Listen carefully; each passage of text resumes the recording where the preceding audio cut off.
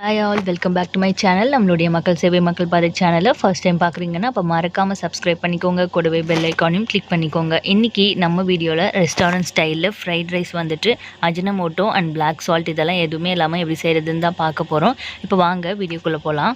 இன்றைக்கி நான் வந்துட்டு 2 கப் ரைஸ் எடுத்திருக்கேன், பாஸ்மதி ரைஸ். அதை வந்துட்டு ஒரே ஒரு டைம் மட்டும் வாஷ் பண்ணிவிட்டு அது முங்குற அளவுக்கு மட்டும் தண்ணி வச்சுட்டு ஒரு 95% மட்டும் வெந்ததுக்கப்புறம் எடுத்துட்டு அதை நல்லா ஆற வச்சுருக்கேன்.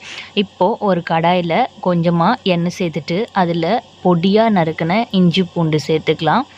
சேர்த்துட்டு அது நல்லா வறுபட்டதுக்கு பிறகு கொஞ்சமாக முந்திரி ஆட் பண்ணிக்கலாம். இது வேணும்னா சேர்த்துக்கோங்க முந்திரி, இல்லைனா ஆப்ஷனல் தான் இது. அதுக்கப்புறமா இது நல்லா வறுபட்டதுக்கப்புறமா நம்ம வந்துட்டு இதில் 2 பச்சை மிளகாயை வந்து கீறிட்டு சேர்த்துக்கலாம். இது எல்லாமே ஹை ஃப்ளேம்லேயே வச்சு நம்ம செஞ்சுக்கலாம். இதெல்லாம் சும்மா ஒரு 2 நிமிஷம் எல்லாமே வதக்கினா போதும். அதுக்கப்புறமா கொஞ்சமாக ஆனியன் சேர்த்துக்கலாம். ஆனியன் சேர்த்துட்டு நல்லா வதக்கிக்கலாம். ஆனியன் ரொம்ப கம்மியாகவே சேருங்க, இந்த அளவு கூட தேவையில்லை, இன்னும் கொஞ்சம் கம்மியாக சேர்த்தாலே சூப்பராக இருக்கும். அதுக்கப்புறமா நான் வந்து கேரட் சேர்த்துட்டு அதையும் ஒரு 2 நிமிஷம் வதக்கிக்கிறேன்.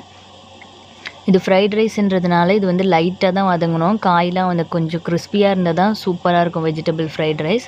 அதுக்கப்புறம் இப்போ நான் வந்துட்டு பீன்ஸ் ஆட் பண்ணிவிட்டு இதையும் நல்லா வதக்கிக்கிறேன்.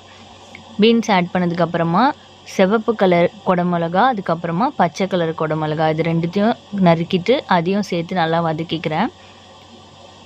இதுவும் நல்லா வதங்கினதுக்கப்புறமா நான் வந்து முட்டைக்கோஸ் சேர்த்துக்கிறேன். இதில் முட்டைக்கோஸ் மட்டும் எக்ஸ்ட்ராவாக சேர்த்துக்கோங்க, அப்போ தான் டேஸ்ட் வந்து அல்டிமேட்டாக இருக்கும். ஸோ முட்டைக்கோஸ் நிறைய சேர்த்துருக்கேன் நான். இப்போ அதையும் நல்லா வதக்கிக்கலாம். இது லைட்டாக வதங்கினதுக்கு பிறகு நம்ம காய்க்கு தேவையான உப்பு சேர்த்து நல்லா வதக்கிக்கலாம். இப்போ நான் வந்துட்டு இதில் வந்து 1/4 ஸ்பூன் வந்து உப்பு சேர்த்து வதக்குறேன். உப்பு சேர்த்ததுக்கு பிறகு கொஞ்சமாக நம்ம வந்து மிளகுத்தூள் வந்து போட்டுக்கலாம். போட்டுட்டு நல்லா கலரி விட்டுக்கலாம். இப்போ நான் மிளகுத்தூள் சேர்த்துட்டு கொஞ்சமாக கிளறி விட்டுடுறேன். இப்போ 2 டைம் நல்லா கலரி விட்டதுக்கு பிறகு நம்ம என்ன பண்ணலாம், லைட் சோயா சாஸ் வந்துட்டு ஒரே ஒரு ஸ்பூன் மட்டும் சேர்த்துக்கலாம். லைட் சோயா சாஸ் தான் வந்துட்டு இந்த ஃப்ரைட் ரைஸ்க்கு டேஸ்ட்டு கொடுக்கும். நம்ம டார்க் சோயா சாஸ் வாங்கினோன்னா அது ஜஸ்ட் கலர் மட்டும் தான் கொடுக்கும். ஸோ லைட் சோயா சாஸ் வாங்கிட்டு அதையும் ஒரு ஸ்பூன் சேர்த்து நல்லா மிக்ஸ் பண்ணிக்கலாம்.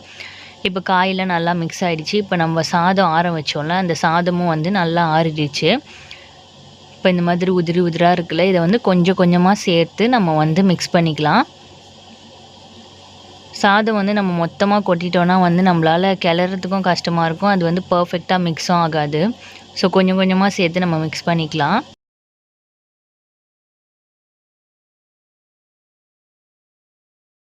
இப்போ நான் வந்துட்டு எல்லா சாதத்தையும் சேர்த்துட்டேன். சேர்த்ததுக்கு பிறகு சாதத்துக்கு தேவையான உப்பு சேர்த்துக்கலாம்.